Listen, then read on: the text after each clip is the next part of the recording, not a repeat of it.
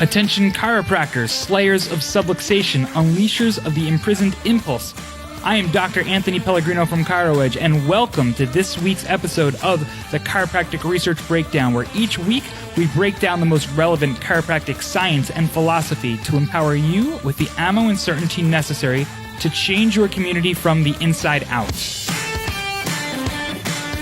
I'm Dr. Anthony from ChiroEdge, and welcome to another episode of the Chiropractic Research Breakdown, where, as you know, we break down the relevant chiropractic science and philosophy to empower you to change the health of your community from the inside out.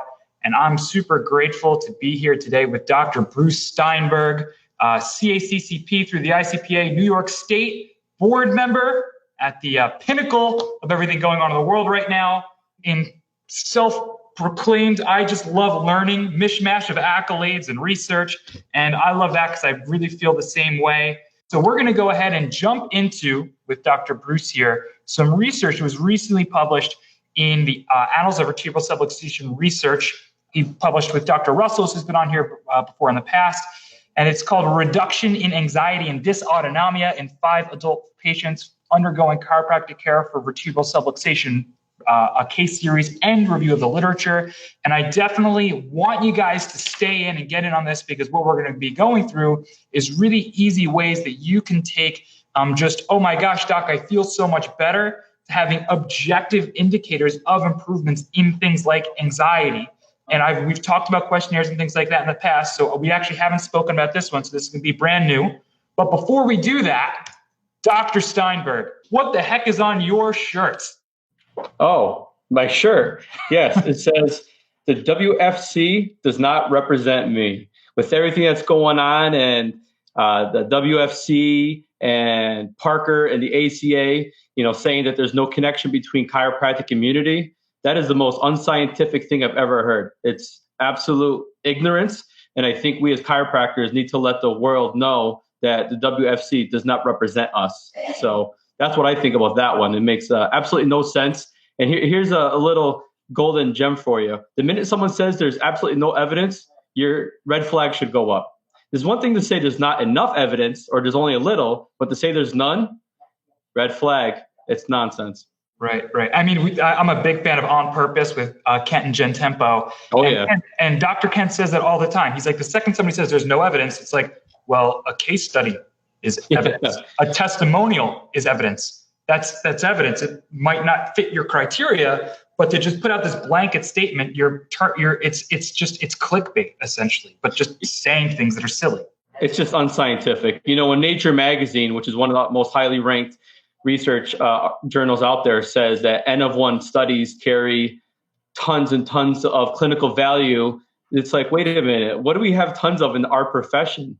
N of 1 studies, and I know today we're going to be talking about an actual case series, so that's actually an N of 5, but there is a connection between neuroimmune. I mean, you don't have to look inside chiropractic. You could look outside the profession. I have tons of textbooks and other books that shows that there's this bidirectional communication between the nervous system and immune system. So it makes absolutely no sense to make such an ignorant statement. And when people want to take the word neuro out of neuromusculoskeletal, it's like, well, you might as well just throw it all away. It makes absolutely no clinical sense, and it's pure ignorance. Yeah, man. I mean, go right into Guyton textbook of physiology. They've got half a chapter in there on the nervous system on the HPA axis. You flip half a chapter forward, and you can look at how the spinal tracts will influence the HPA axis. And that's in Guyton's textbook of physiology. So yeah, there's no sentence that says misalignment of the spine affects the immune system, but you just have to do like the tiniest bit of critical thinking and trace the pathway and say, look, this is what we see every day. This is the science that supports it. So thank you for wearing that shirt. Absolutely. And Anthony, you said it right there. You have to do absolute critical thinking. There's the subluxation. When there's models such as the triune brain model, talking about the prefrontal cortex versus the middle brain, mammalian brain versus the reptilian brainstem. Well, when you're in brainstem mode, guess what? It's all about survival. There's that fight-flight mechanism. All you care about is me, me, me, me, me. You upgrade to that middle brain, right? Amygdala, emotion. That's when people are looking for love. They're looking for basically acceptance. but the ultimate expression of that innate potential, that's that frontal lobe, that's that frontal cortex, that's critical thinking. So it's almost like, quote unquote, our side, we are the frontal lobes, and these other people, they're all brainstem. Guess what? Which one makes more sense? Clinically, neurologically, frontal lobe, all the way. Absolutely. Absolutely. Cool. Well, thank you for going into that with me. I love it. I absolutely love it. Now, let's go ahead and take a look at, and once again, this is going to be really important. I don't know any person who's ever been able to go on PubMed that can't say, just go on the immune system way, that stress affects the immune system. We absolutely know that through cortisol. Like, everybody knows that. There's tons of research on that. We're just bridging the gap. Now, when we look at something like anxiety, which is what we're going to talk about today, one of the things that I personally love about changes in anxiety is when we talk about how correcting subluxation allows the body to better adapt to and handle stress, right? And I believe that inability to adapt to and handle stress is what anxiety is.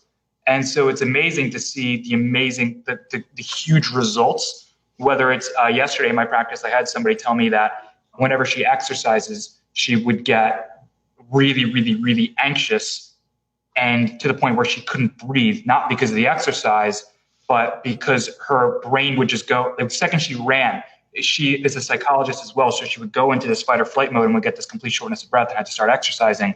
And now she can exercise, she doesn't have that. She can sleep at night, all those different changes for things like anxiety. So I love seeing changes in anxiety because of just how we know how the nervous system functions can impact everything else. And when we went into this research, and we're going to go into it, when you talk about N of 1 versus N of 5, for those of you guys who didn't know, N is this number of subjects you have in a study. So a case study would be N of 1, correct? And we're talking about a 5-person case series here for N and 5. And Dr. Steinberg, let's go ahead and talk about how we were able to objectively measure changes and what changes we saw in anxiety in these cases. Yeah, 100%. As a chiropractor, call me crazy, but I decided to use objective indicators to determine if a person had that neurostructural stress, that subluxation, as we like to call it. And what I used was surface EMG. We used digital thermography and also heart rate variability. That was the analysis via the computer. But then we do a host of other tests, such as postural examination, looking at evidence of subluxation through leg checks, through functional neurological checks. And what we do is we put that all together with full spine x-rays. And right there, we have a pretty good snapshot as to not how anxious a person is, because that is a subjective analysis, but is there evidence of vertebral subluxation, and can we help them? Now, to answer your question about the anxiety, we use the Hamilton anxiety form. And, it's a really great instrument. It's something that is really easy to utilize. It's a 14-question questionnaire. The person goes through the questions and they check mark the answer 0 to 4. And right there, you created a baseline as to how they rank themselves. And so once we collected all that, that's the whole day one visit right there.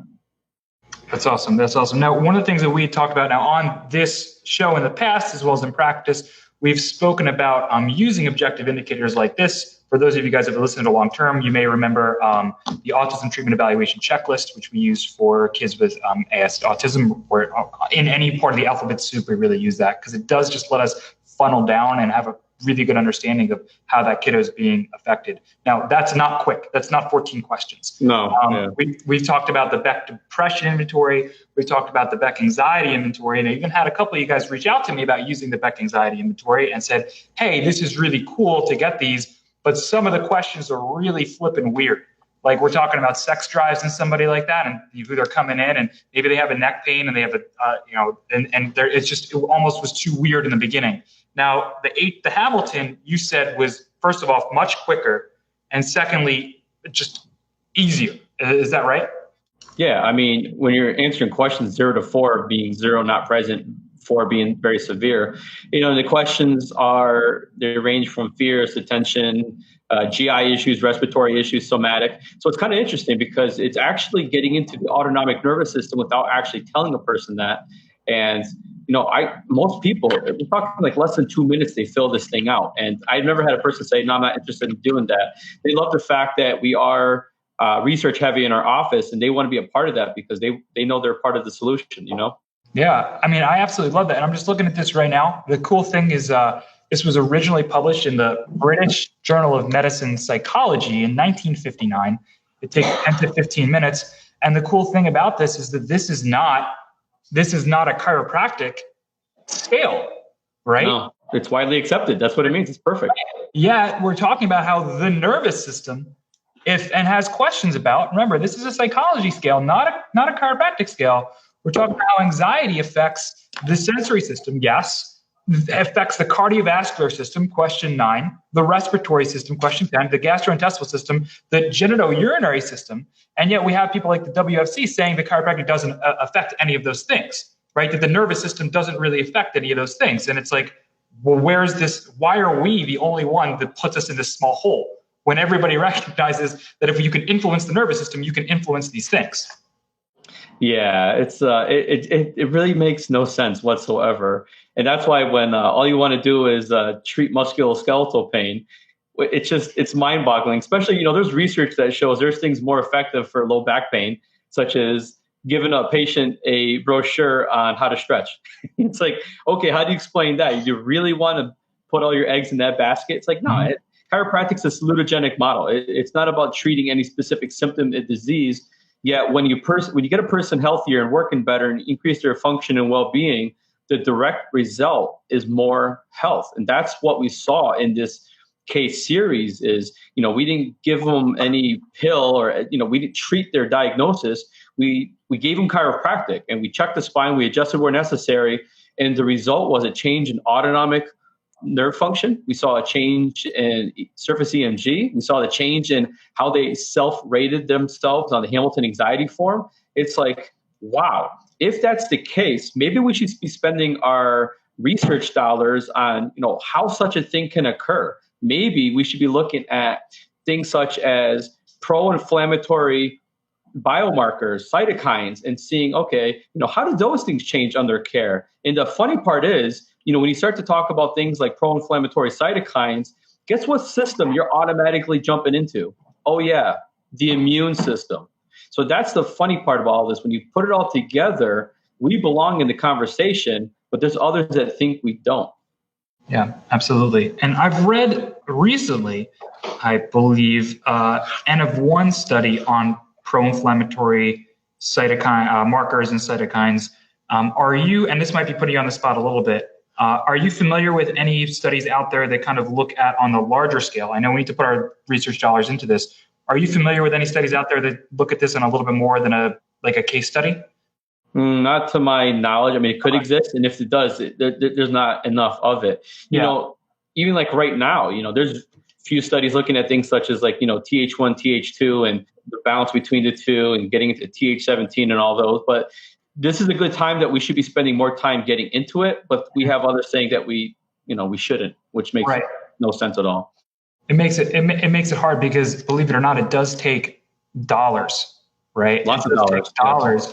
And a lot of those dollars, and I'm not as into the politics of it. I've only been in the profession a couple of years. I don't understand all the intricacies to the level that people who have been in it a bit longer have. A lot of those dollars, most of them get funneled through schools. Is that correct? Or does it happen elsewhere? It's not just schools. There's organizations out there such as the Australian Spinal Research Foundation. Right. So there are organizations that are looking for chiropractors to be able to do the research. But I think part of it is, and this is a mark on the chiropractors who embrace the vertebral subluxation as our main point of focus in the office. When they say things, I'm too busy. It's like, what do you mean you're too busy? It's like, we need this. We can't hide in our offices anymore. Even when it comes to politics, like I personally, I loathe politics, but I don't want someone else making decisions on my behalf. So that's why I personally get involved and donate my time and my money, because I see it as, it's not just about me. It's about the profession. It's about the people we take care of. I can't imagine not being able to go into the office Monday morning and check people's spines for subluxation legally. But, back in the day, that was a thing. Like, people were being thrown in jail just for doing things that we have the privilege of doing today. And we need to protect that still. Yeah. And you're upstate New York. So you're pretty close to the border up there, huh? Yeah. That's you say New York and everybody thinks Manhattan. No, Yeah. I'm up in Saratoga. The office is in Queensbury. So we're like in the Adirondack region. So, Mm, I can hit Canada in like under 3 hours north. I yeah. can hit Vermont in less than 30 minutes. So it's like we're in a very beautiful place. But upstate versus downstate's a whole different monster. Very different. Completely different. Completely different. Now, I am a ex cross country runner, and Saratoga Springs, good cross country teams up there. So you got to make sure you take care of those teams because they run themselves pretty hard out there. Make sure you're going over to the Saratoga Springs school. So the crazy thing, and I love that, the reason I brought that up was if you said you're 3 hours away. If you drove 3 hours north, technically we couldn't really even be having this conversation, right? Because there's not double-blind randomized control trials on this. You certainly couldn't put this research that you published on your own website. And to me, that's crazy. Yeah, it's insane. It just makes no sense that, around the world, chiropractors are getting in trouble for doing things that, we are doing legally here in the States, like checking children, telling people the truth about where health and well-being come from. And a lot of that is because there's people out there, not other professions, but within our profession, and that's something I get really frustrated by where, this chiropractor is like, oh, medical doctor this, medical doctor that. It's like enough slandering of the medical profession. They already know if they're on a sinking ship. It's a system that costs too much money with poor results. And what happens is the general society, they're looking for something different. I think we as chiropractors, we need to maybe sometimes just shut up, like just not open our mouths and like let the people come to us. They're already looking for something different. But what's emerged, especially over the past year, because it's evident around the world, is that we are our own worst enemy. We have others in our profession that don't want us to be able to practice the way we should be able to practice. The word neuro out, not checking children.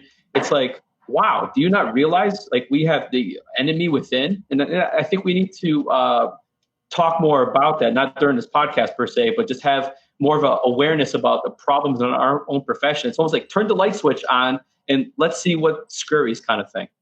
Yeah, I definitely agree. And one of the things that when I opened up my practice, my wife and I tried to be pretty clear on in terms of our communication with the community is in terms of how we were going to present ourselves. Because coming from school, obviously there's all different groups, you learn all different things. And it's really easy to spend all of your focus on medicine is horrible. And these are all the problems, right? It's really easy to spend all of your focus on that. But one of the things that I want to always be clear about is chiropractic is awesome because chiropractic is freaking awesome, right? Chiropractic is amazing because chiropractic is amazing. Chiropractic isn't amazing because medicine sucks. It's totally different, right? Like it can do whatever. I mean, it's like, as medicine saved lives? Absolutely. I was an EMT for 10 years. My wife's a neonatal ICU nurse. Like emergency medicine saves lives every day. And that's great, right? It's great. And chiropractic has nothing to do with that, right? We are just saying, well, it's good that when you're sick, you have that, but shouldn't our focus be on what can we do to be as healthy as we possibly can? And if we put our focus on that, I think that that's the communication that we need to have. That's what our rhetoric needs to be. I think that that's what our research dollars need to go to. It's okay to address the elephant in the room, which is that what we've been doing is broken. But it's a really fine line between what we've been doing is broken, this works, and everything over there sucks, so you need to come over here. I think that that's a good line, and I appreciate the communication, the well thought out communication that you brought forth, kind of addressing that line. Thank you. Yeah, it's interesting because during this whole situation, as we'll call it, that we're in across the U.S. and world, like I saw my practice numbers drop and I adapted to it. Yet the weird thing is, other than like 1 week during this whole 2-month period, I've had this like shockingly high new patient number. And it's like, it's so weird to me. Yeah, I think people are really starting to wake up. They're looking for something different. And I think if we can put together a clear message about where health comes from, about what we actually do as chiropractors, right? Because there's a lot of public misperception out there, and teach them about what they could have and just wait for them to come in. One of the things I remember as a student, I'm a former graduated back in, 2008. I had that whole, I want to help every man, woman, and child, checking them for vertebral subluxation. But it's like, I don't have that same focus anymore, because my focus now is every man, woman, and child in the world needs to get their spine checked for vertebral subluxation, but just not in my office. So I have basically picked and choose my battles. Like I don't take Medicare, I don't do no fault, I don't do workers' comp. It's 100% self-pay office. About a third of the office is pediatric. It's this place I love going to every day. We get great results. People pay, they stay, they refer. And I think, and I could be wrong, but I really think that the others in our profession who are trying to basically destroy it with their nonsense, maybe if they had good personal care themselves, getting their own spine checked, and we taught them how to communicate and how to clinically check people, in a vertebral subluxation model, maybe, just maybe, this whole crazy thing will go by the wayside. But I'm not holding my breath, because we got some crazy heads out there. Yeah. Now, going back, and I like the concept, and one of the things we kind of discussed is we just spent all this time talking about the salutogenic model, getting checked for subluxation. And I think that there also is a fine line in terms of saying, okay, chiropractic can help with these other things, right? I mean, we have like anxiety, like the immune system, like reproductive system, everything like that. But just because chiropractic correction of subluxation is salutogenic, and that's the reason that it works, it's really easy to fall into allopathic communication. So take us through, and we were talking before this, I asked you, hey, do you hand the HAM to everybody with anxiety? And you said, no, you don't, right? And I think that we have to address and meet people where they're at and bring us a little bit closer. But can you kind of take us a little bit more through how you draw that line in the sand in your office in terms of correction of vertebral subluxation as salutogenic versus allopathic and salutogenic conversation? Sure, 100%. I think we need to first meet them where they're at. And the truth is, people communicate on a condition-based conversation, So, we're talking about anxiety. So if they came in, and people did come in wondering if I could help them, because, people talk in your community, right? And when they come in, we do have a conversation about it. Then on day one, I set the tone. Even my, intake form, it says, we don't treat conditions. What we do is we check your spine for vertebral subluxation, adjust where necessary.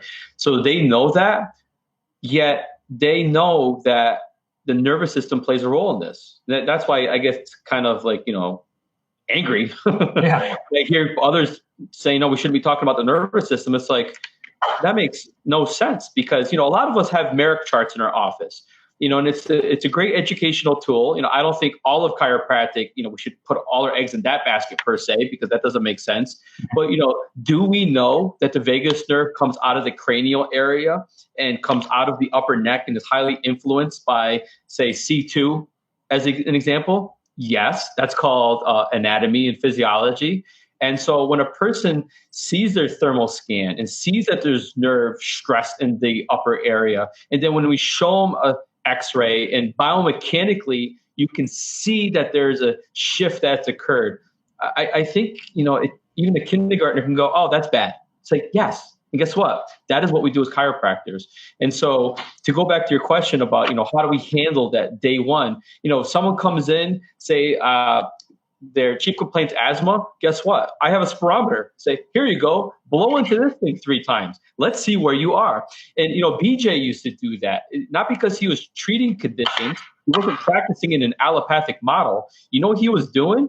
He was creating a baseline. And it was to say, okay, if we can improve function using a subjective based model, and we can do it again and show improvement, it doesn't show that we treated their asthma. It shows that we improve their physiology. So that's where pathogenesis versus salutogenesis needs to be the drum that we beat from today forward in our profession, in my opinion. Looks like I'm buying a spirometer. That's great. That's solid, guys. I mean, anybody going to buy a spirometer now? That's awesome. Just throw it on there, blow it in 3 times. That's great. It makes perfect sense. And I think it's cool because, and this is one of the reasons that I love objective technology. Whether you use X-ray and you find a curve, whether you use motion X-ray, if you're doing flexion extension, or if you're Pierce and you're looking at the motion of the spine, whether you use SEMG, thermal, HRV, all of the above, is to have somebody come into your office and say, hey, this is what I have going on, blah, blah, blah, blah, blah, right? And to get them say, okay, great, have that conversation, do your due diligence and, stay compliant, right? Understand their driving force of why they want to get that corrected, get them off of the back pain to playing with your kids, right? And like the back pain is the issue. The fact that you can't play with your kids is the issue. And then show them the subluxation in their body and get to the point where it's like, hey, I need to get this corrected because I see where the dysfunction is in my body. The low back pain would be a huge plus, but I can't live with that abnormal motion, nerve interference, postural abnormality. I can't do that anymore because I know my body isn't functioning at its best and my kids deserve me at my best. That, I think, is that funnel process. And there's a big art to it, right? But I think that's a lot of where that conversation goes. Would you agree? Yeah, 100%. And the thing is, there's freedom in being honest with people. So, you asked about, say, conditions. So let's say a person came in with a chief complaint of headaches.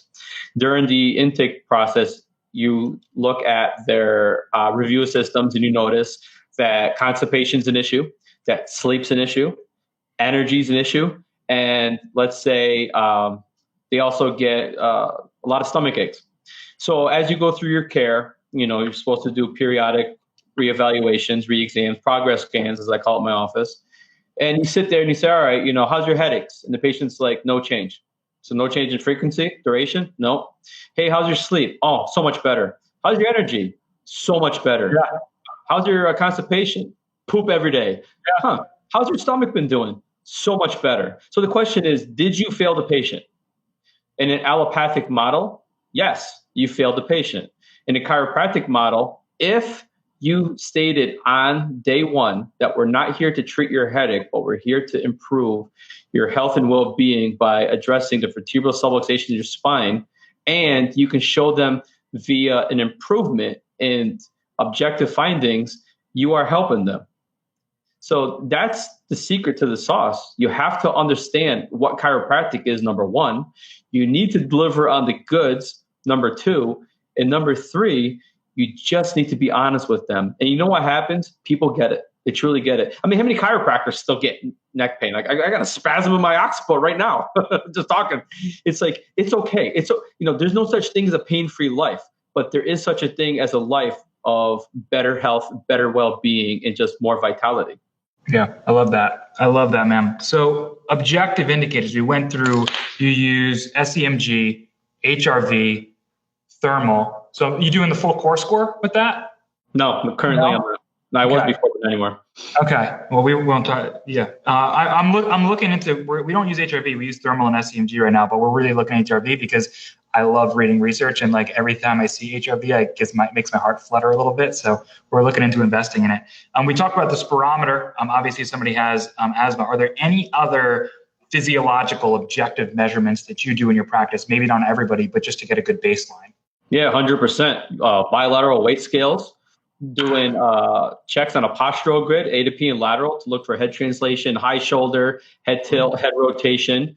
We do a lot of neuro kind of exams. So we have the basic chiropractic ones, such as electric, cervical syndrome, things such as, say, like a straight leg raise, palpation, range of motion. Then I like to get into the neuro side, whether it's, Romberg's, one-legged stand, rapid alternating movements, finger to nose, heel to shin. I mean, like we just throw the whole slew of exams at them because it gets to the point where the patient goes, dang, it's not a back issue that I have. You know what the issue is? I have a health issue. And what they start to realize? Maybe I'm not as healthy as I should be. And what's the system that's probably just functioning at the root cause of this? The nervous system.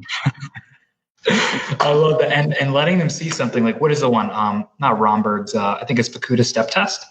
And that's the one where they march in place, right? And they march in place with their hands up. Yeah. And you do it for 30 seconds. And if you see they drift to one direction, say like 30 degrees, that suddenly they open their eyes, they're like, whoa. Yeah. Why am I on the other side of the room right now? What happened? Yeah. Or, even another one being, say, walking forward from heel to toe, say with like your eyes closed, and all of a sudden they're falling over and they're like, wow, why am I falling so much to my side when I do that? It's like I'm drunk. This is the test that police officers do. And suddenly, you could say, well, yeah, what it is, it's showing that your balance and coordination's off. And they're like, huh, I didn't know I had a problem there. I came in because my low back hurts, but you're telling me that I'm not as healthy as I should be. So right there, if you know your anatomy and physiology, you could say, yeah, balance and coordination is showing us that your brain isn't able to communicate with your body properly. And the information comes in from one of three areas, either your eyes, your canals in your ears, or your spine. So if you have them do it with their eyes closed and suddenly you're down to ear canal and say spine, there's a problem with one of the two. And so as you start to collect the data and get evidence, suddenly it becomes so crystal clear to the patient. And you know what happens? The test itself sells the care. And next thing you know, they're like, dang, I need to get my spouse in here. I need to get my kids in here. It's like, oh. And guess what? You didn't tell the story per se. You didn't tell them about Harvey Lillard and how it restored his hearing and the 33 principles. There comes a time and a place for that. But I say, and this is my opinion, start with the science. And know it. And don't say some bull science. It was just a soundbite that you heard elsewhere and you repeat. Like, how many different numbers have you heard for chiropractic boosts immunity by this percent? I'm like, no, like what? 600%. That's called autoimmune disorder. That's what that's called. That's called. That's great. I'm glad you said that because, the deniers, as we'll call them, right? These people right here, they talk about, well, it doesn't boost it. Well, it's like, technically they're right to a certain degree. Right. 100%. Yeah. It's I think the good example of this is the blood pressure study, right? Because if we tell the people, hey, your blood pressure is too high, you should come into the office. I bet you we could lower it. Whoa, time out. Because what if a person's blood pressure is too low and they start care and it raises? It's about that physiological homeostatic level. That's what we're gunning for. Like what is optimal for that person? Right. That's different. You know what I mean? Yeah. Right. I was at a Band of Brothers meeting a couple months ago, and somebody was telling a story about, they adjusted somebody, and she had, after the adjustment, she had the worst headache that she'd ever experienced in her entire life, 10 out of 10. And he was like, shit, I just stroked this person out. Like, what did I do? Right? Like, what happened? And it turns out she went and got an MRI, and she had a tumor in her brain. And so the question is like, all right, so she, like, there was no lawsuit or anything like that.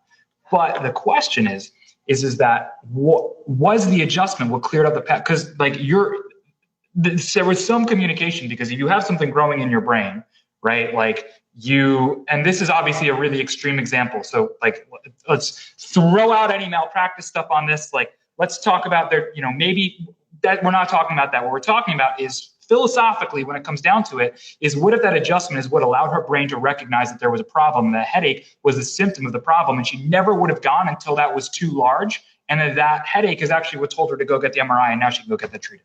Like, it's the same thing with blood pressure, I think. And that's a really, really, really extreme example. So maybe I shouldn't have said that, but it's just an example. But I love that. And the thing is that when you go, especially politics, science, chiropractic, one of the hardest things is listening to somebody argue something that you agree with and using things that are not factual. Yeah. No, I hear you. That's why I don't like when they say our profession says, we boost the immune system. Mm-hmm.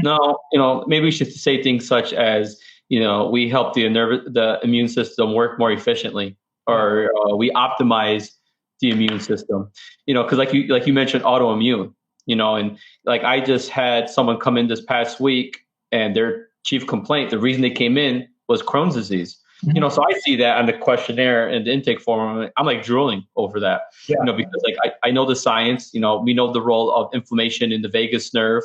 And I was looking at her results and I was like, holy cannoli, right off the bat, upper cervical is highly involved. It's like, I know for a fact that her well-being and her health and function are going to get better as a result of care there. 100%. You see them of those and you're like, yeah, I know you're going to do better. I don't want to just tell you. I don't want to tell you that because you do experience it, but yeah, we just know that it's going to happen. we went through a ton of objective measures, and I want to thank you so much for your time so far. So if any specific objective measurements you use for peds that you wouldn't necessarily use for adults?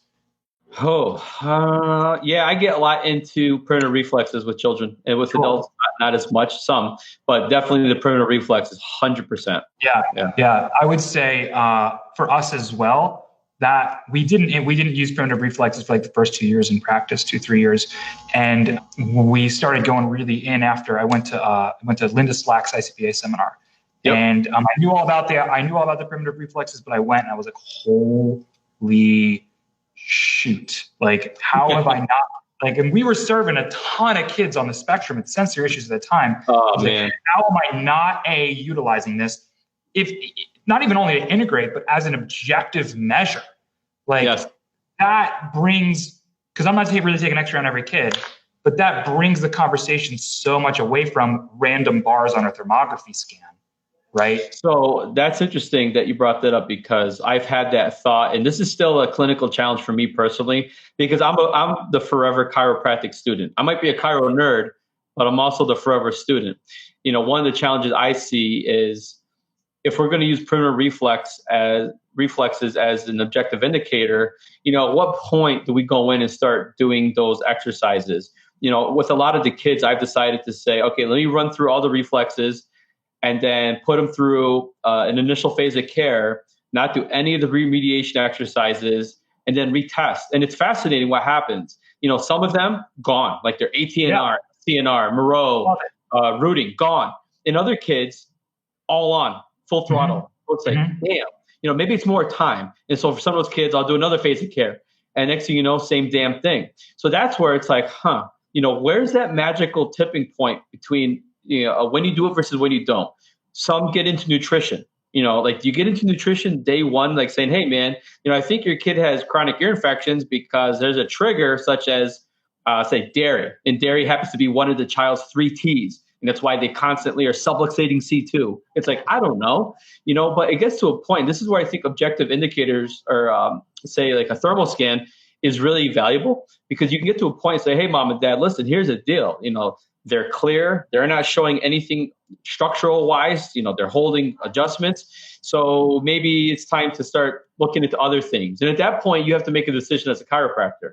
Do you do those things in your office yourself, or do you farm that out to others? And the cool part about when you farm it out to others is it takes a village. And when people know that it's not about you, it's about their personal well-being, it's pretty awesome to see what happens.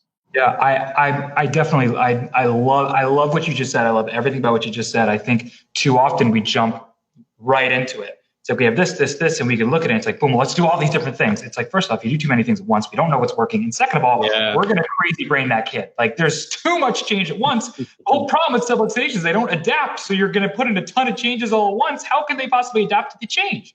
Exactly.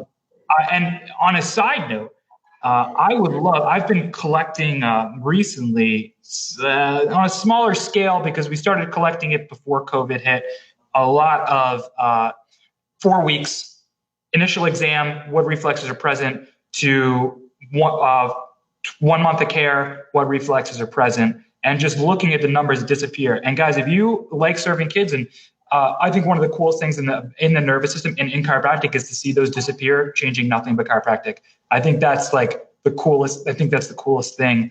And so I don't have that much on my own in my office, but if you wanted to, if you have a good, and if you don't, that's fine. But if you have some data right there and you want to look at it together, or maybe compile or something like that, and maybe put together a case series or something like that, I'd love to do that with you.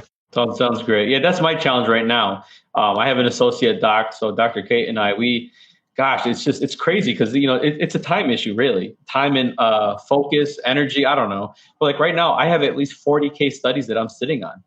Things that need to be put together. I'm like, oh my gosh, and some of them are freaking nuts. One kid with cerebral palsy that stopped wetting the bed, his migraines went away. Another one where a little girl, she was diagnosed with abdominal migraines. They did all these things and nothing. I wanted to get x-rays. The dad didn't want x-rays. He happened to be a local allopath. And I said, no, I want x-rays. And I could prove, I had leverage in the case study. The kid hit her head. And I gave her first adjustment at the next visit. And I'll never forget it. It was a C2. I did TRT, so got the integrator on there, boom. And then about 20 minutes later, her right arm went numb. And I was like, wow. So I had to talk to parents off the cliff on that one. Yeah. Long story short, her dural system must have unwound so aggressively and amazingly.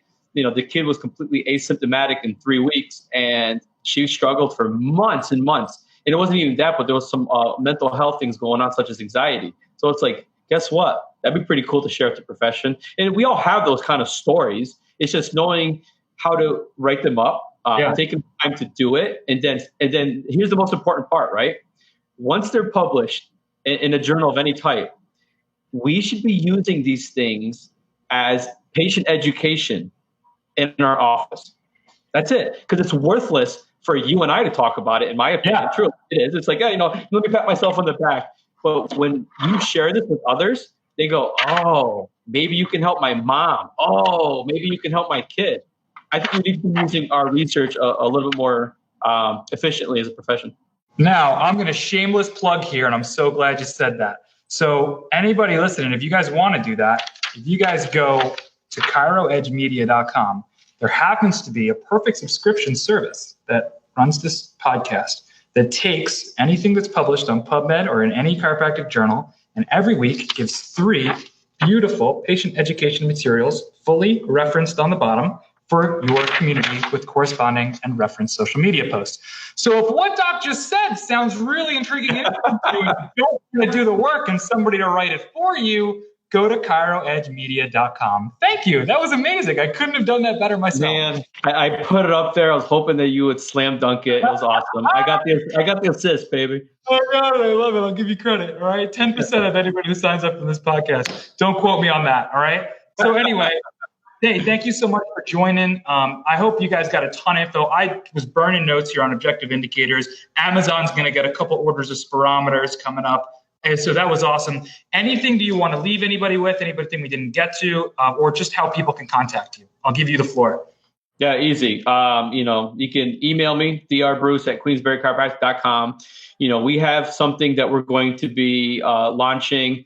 Gosh, I don't know when. I put it on the back burner. That's our Chiro Nerds program. Right now I'm stealing people's emails to put that together. But what it really boils down to is I want chiropractic to thrive. I really think that we have a gift to the world, and it needs to be shared, but it needs to be shared in a really strategic manner. I want chiropractors to raise the bar. If you're poor in marketing, find someone that's good at marketing. If you're poor with figuring out how to help people clinically, find a system that works for you.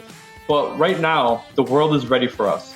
Get better, deliver, and let's give them what we got. So Anthony, appreciate you keeping me on here, and it's been a blast. Thank you so much for joining. This is another episode of the Chiropractic Research Breakdown. And go slay some subluxation this week. And I love you all.